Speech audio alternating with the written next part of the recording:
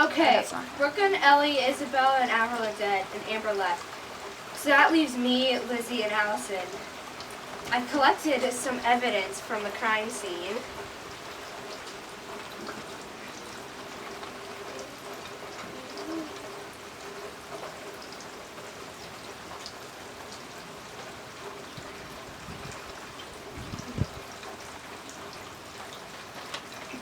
And I found this knife.